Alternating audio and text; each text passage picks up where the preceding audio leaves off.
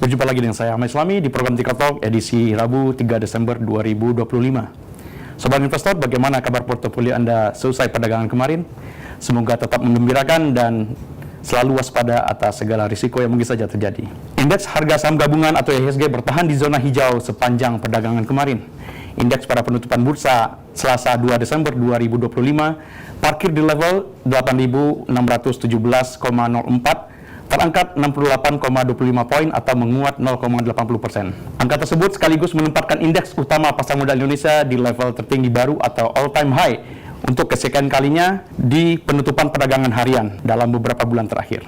Secara sektoral, kelompok saham properti memimpin penguatan sebesar 1,88%, disusul sektor industri dan industrial dasar yang masing-masing naik 0,54 dan 0,18%.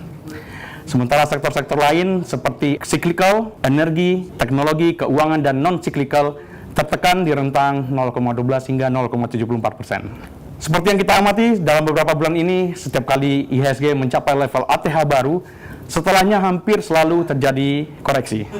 Namun koreksi tersebut dinilai banyak pengamat masih dalam batas atau rentang yang wajar. Lalu apakah ATH yang dicapai IHSG kemarin juga akan mengalami koreksi pada hari ini? Untuk mengetahui proyeksinya, kita sudah tersambung dengan Reza Fahmiriawan selaku Head of Retail Marketing and Product Development Division at PT Henan Putira Asset Management. Selamat pagi Mas Reza, apa kabar? Pagi Mas Ahmad, Alhamdulillah sehat. Alhamdulillah.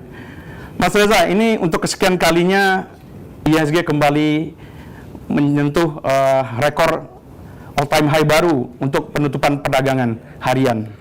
Nah, menurut Mas Reza, apa saja faktor yang menyebabkan IHSG menguat hingga kembali mencapai ATH baru pada perdagangan kemarin? Oke, senang ya kita kemarin membentuk all-time high baru.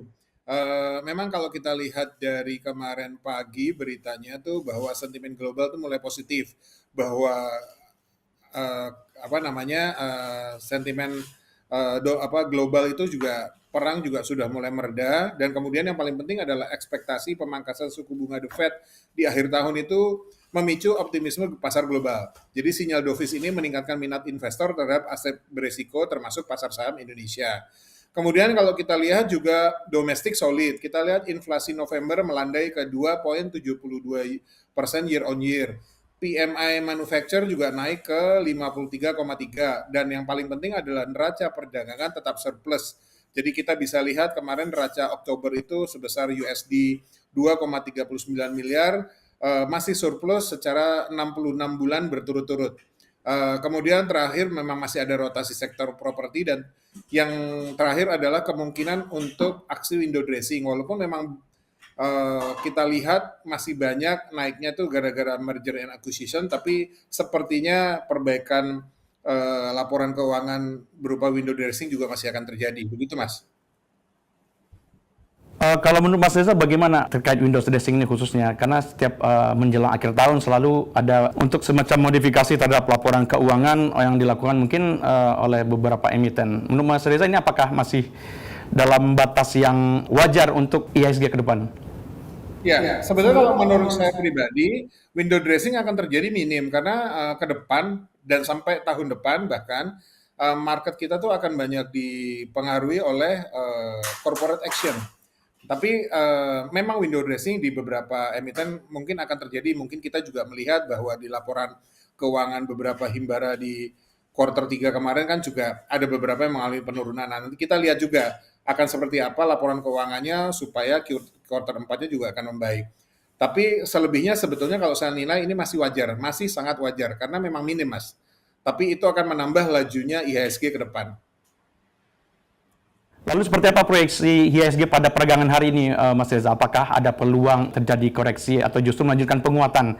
Dan jika terjadi koreksi, apakah levelnya masih diperkirakan dalam rentang yang sehat?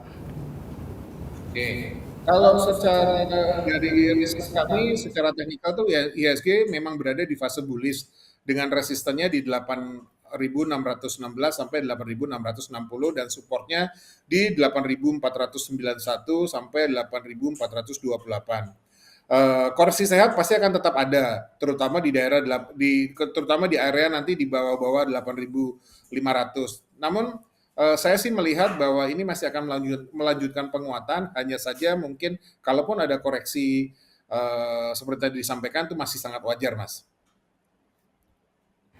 Menurut Anda, apakah perdagangan hingga akhir tahun ini masih terbuka peluang IHSG untuk menembus level 9.000? Ya, peluang IHSG tembus ke 9.000 memang masih terbuka, terutama jika didukung oleh dua hal. Pertama adalah pola musiman untuk window dressing dan Santa Claus rally, kemudian kedua adalah sentimen dovish the Fed. Tapi analis kami menilai target ini lebih kepada aspiratif daripada realistis. Kalau kita bicara realistisnya, sebenarnya akhir tahun itu berada di 8.600 sampai 8.700 itu juga sudah cukup bagus, kecuali kalau nanti ada katalis tambahan seperti inflow asing besar seperti yang terjadi kemarin dan lonjakan harga komoditas itu membuat bisa naik bahkan sampai ke level 9.000. Apalagi didukung sebetulnya harusnya didukung dengan US dollar yang rupiah yang menguat, tapi nanti kita harus lihat dulu sampai akhir tahun seperti apa, gitu sih, Mas. Nah, Mas Reza, untuk situasi pasar aktual sekarang ini, apa sebaiknya yang dilakukan oleh sobat investor? Ya, seperti biasa, karena ini all time high lagi, hindari euforia. Tetap harus melakukan diversifikasi portofolio, dan terakhir perhatikan level teknisnya dari indeks. Jika mendekati support di bawah 8.500, kita bisa akumulasi beli lagi. Tapi sekarang memang kalau sudah tercapai targetnya, ada baiknya juga mulai direalisasi atau direalisasi sebagian, Mas. Mungkin itu, Mas. Baik, ini terakhir Mas, mungkin yang juga ditunggu oleh sobat investor. Sektor-sektor apa saja yang menarik untuk dipantau pada perdagangan hari ini? Properti dan infrastruktur sepertinya akan menaik dengan proyek pembangunan yang banyak. Kemudian industri bahan baku juga terlihat peningkatan terutama di otomotif dan petrokimia. Perbankan juga bisa kita lihat. Tapi mungkin Mas dari insight saya pribadi yang kita harus perhatikan ke depan adalah corporate action yang akan dilakukan oleh emiten. Kita harus jeli melihat emiten mana yang akan melakukan aksi tersebut. Karena sebetulnya sektoral itu masih menjadi sangat penting, tapi kita lihat di beberapa waktu terakhir ini yang mempengaruhi peningkatan IHSG adalah dari aksi korporasinya. Jadi kalau kita bisa melihat mana yang akan melakukan apa, itu akan lebih bagus, Mas. Itu, Mas, mungkin. Baik, Mas Reza, terima kasih atas waktu luangnya pagi ini. Selamat beraktivitas kembali, Mas. Terima kasih. Sama-sama, Mas Reza. Baik sobat investor, itu tadi proyeksi dan analisis terkait IHSG pada hari ini. Dan semoga informasi tersebut bisa menjadi rujukan Anda dalam mengambil keputusan baik penjualan maupun pembelian saham. Dan patut diingat bahwa segala keputusan tersebut sepenuhnya berada di tangan Anda sobat investor. Selamat pagi, selamat beraktivitas kembali, maju terus pasar modal Indonesia.